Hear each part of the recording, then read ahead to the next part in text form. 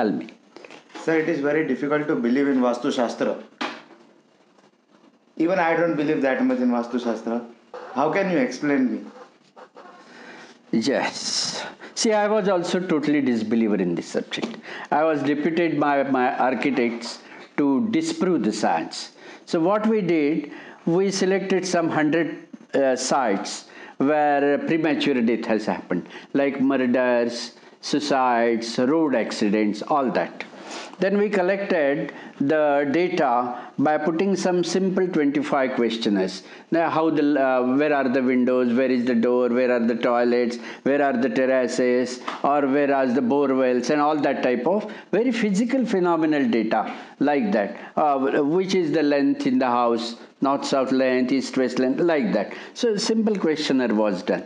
And that we studied for 100 special houses where premature death has happened. And all that data after 6 months we had put up on the computer. And the most important and surprising thing we found is the 4 common causes were there in all the 100 cases. Then we went to one great expert from Rajahmundry and we showed our research to him. Then he was so happy to see that young people have come. 25 years back, I was quite young, you should believe. So he gave some 10 sutras from the traditional. And meaning of those 10 sutras was nothing but the findings which we got out of 100 case studies. So my travel towards this Shastra is from atheism to perfect understanding. You got it? Yes. Now I'll explain it. See, there is a very simple experiment done by modern psychiatrists. Like this is the intense light. If I go on putting your face for 1 minute, like a shock, for 30 seconds it will be light, 30 seconds darkness, 30-second light, like that. And if the person keeps doing that for 1 hour, after 1 hour I'll ask you, what's your name? You will say, Jai Shri Ram. Got it? Like that. So there is a direct effect of stroke of energy on the consciousness, on the intelligence, on the buddhi. So deterioration in the personality happens due to stroke of the light just for 1 hour. And the house in which you are staying, there happens the effect of n number of subtle formats of energy on you. Particularly when you sleep, at that time your all faculties are surrendered to the natural forces.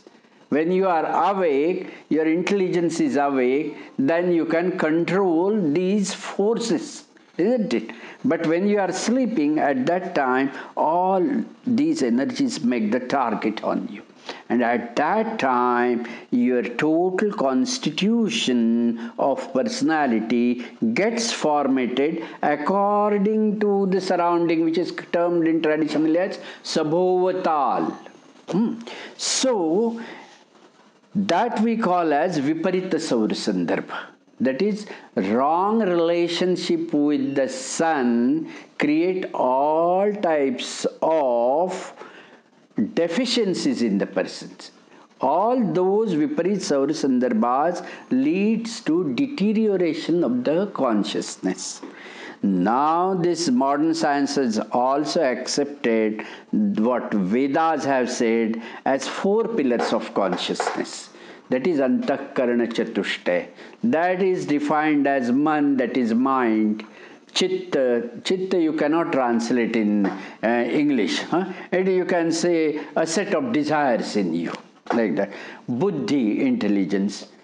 Or ahankar, that is your ego. So these are termed as 4 pillars of consciousness. And these 4 pillars of consciousness are connected to 4 elements. Like mind is connected to water element, ego, which is the fire, which is connected to the fire element. Then chitta, that is the set of desire, which is connected to the earth element. And your intelligence is connected with the vayu, that is buddhi, that is to wind element. So that way these four elements create some vibrations, and when you stay in those vibrations, so according to the power of that vibrations, it creates its reflection in your consciousness, and your whole behavior gets dictated from that type of formatted consciousness. You got it? Yes. So basically your whole existence, whole nature depends on the form. In Jainism it is termed as Akar, Swabhav, Gun and Kal. That is, say you have a good patience, then you can deal the cases very good in the court, isn't it? Yes. Then you have your wisdom to overpower other advocate, isn't it? When it will happen? Provided you have a peaceful mind, provided you have a tranquility, provided you know when to show the anger, provided you know when to take down position. That is the mind, that is the water element. So use of four elements in a proper direction can be done by an advocate like you, provided your surrounding is good.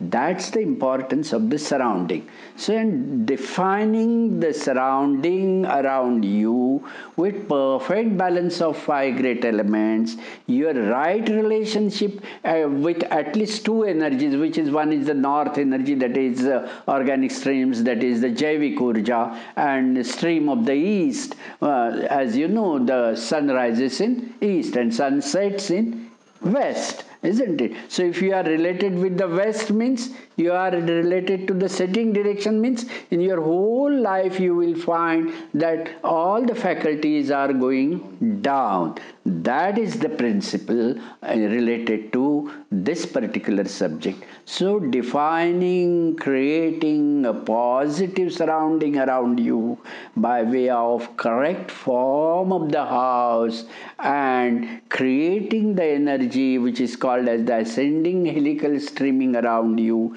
through which the ascension of the consciousness will happen. Like that, it's a very, very deep subject, and which has been dealt by 18 sages. No, and all these modern Vastu experts, they have spoiled this subject by way of some ding-dong, the dowsing, and those plastic toys which they use, and those copper rods, which are, it's all nonsense. This is such a powerful science, it doesn't need crunches of these sciences.